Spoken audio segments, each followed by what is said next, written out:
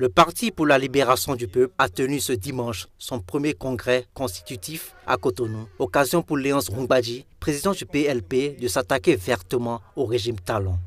Le Bénin de l'ère de la rupture, une ère dans laquelle les caisses de l'État sont vidées au profit de la seule filière coton, une ère dans laquelle plusieurs entreprises privées ferment leurs portes, une ère dans laquelle 21 étudiants sont suspendus de l'université pour 5 ans pour leur opinion. Une ère de diversion pour piller les richesses du pays. Après le coton, c'est le retour du PVI. Une ère dans laquelle certains acteurs de la société dite civile défendent à visage découvert les actions du gouvernement.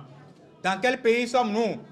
Pour le président du PLP, Talon et son équipe ne font pas que piller le pays. Ils dénoncent un recul des libertés qui fonde la réputation de bons élèves du pays en matière de démocratie. Par le passé, il a également dit qu'on ne pouvait faire de marche librement dans le pays. Mais aujourd'hui, que remarquons-nous aujourd'hui, chers amis?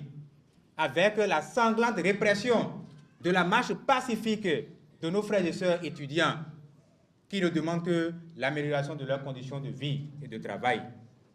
Ils ont été tabassés, gazés proprement. Quelqu'un s'est permis même le luxe de tracer une ligne rouge. Cette ligne rouge, nous allons la briser. Que cela soit clair.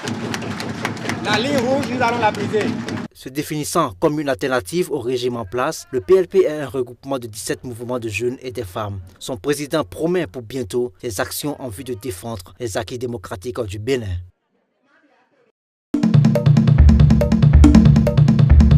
En novembre 2015, le président nigérien Muhammadu Buhari s'était dit prêt à discuter avec la secte islamiste Boko Haram qui avait en 2014 enlevé plus de 200 jeunes filles d'un lycée de Chibok dans le nord-est du Nigeria. Selon plusieurs médias, les autorités nigérianes seraient en contact avec la secte islamiste qui a diffusé dimanche une vidéo des jeunes filles présentée comme celle de Chibok avec à la clé une proposition de négociation visant à échanger les jeunes filles contre des combattants islamistes en détention. Il faut dire que plusieurs sources proches des familles des jeunes filles tentent à confirmer l'authenticité de la vidéo. C'est le cas par exemple de l'association Bring Back Our Girls qui ne baisse pas les bras depuis l'enlèvement des jeunes filles. L'association voit dans cette nouvelle vidéo une occasion de mettre fin au calvaire des lycéennes, mais l'homme masqué intervenant dans la vidéo de propagande a prévenu. Une quarantaine de ces filles ont été mariées conformément à la volonté d'Allah et d'autres ont été tuées dans des bombardements aériens, affirme-t-il. L'insurrection sanglante de Boko Haram a fait plus de 20 000 morts au Nigeria depuis 2009.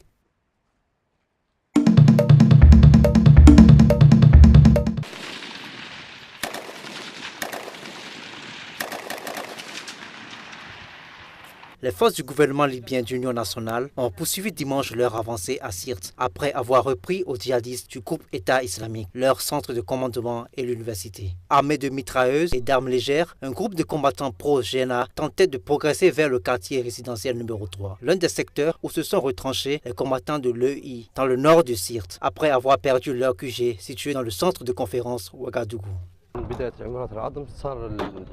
Les rangs de l'ennemi se sont dispersés, alors nous avons profité de la situation pour avancer jusqu'au centre de conférence Ouagadougou et jusqu'au bâtiment de la banque commerciale. Nous avons pris position ici et avec la volonté de Dieu, nous avancerons vers la rue Mara et le reste des secteurs où se trouve encore l'ennemi. Les forces du GNA bénéficient de plus en plus de soutien depuis qu'ils sont rentrés dans la ville de Sirte.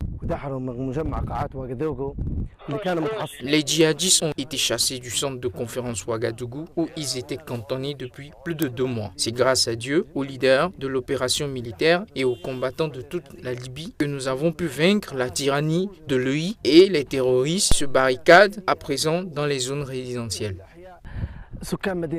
Selon le centre de presse des forces du gouvernement d'Union, les forces libyennes ont repris samedi le bâtiment de la radio aux djihadistes, une conquête importante. Plus de 300 combattants gouvernementaux ont péri depuis le début de l'offensive pour reprendre Sirte, lancée le 12 mai. Plus de 1800 ont été blessés.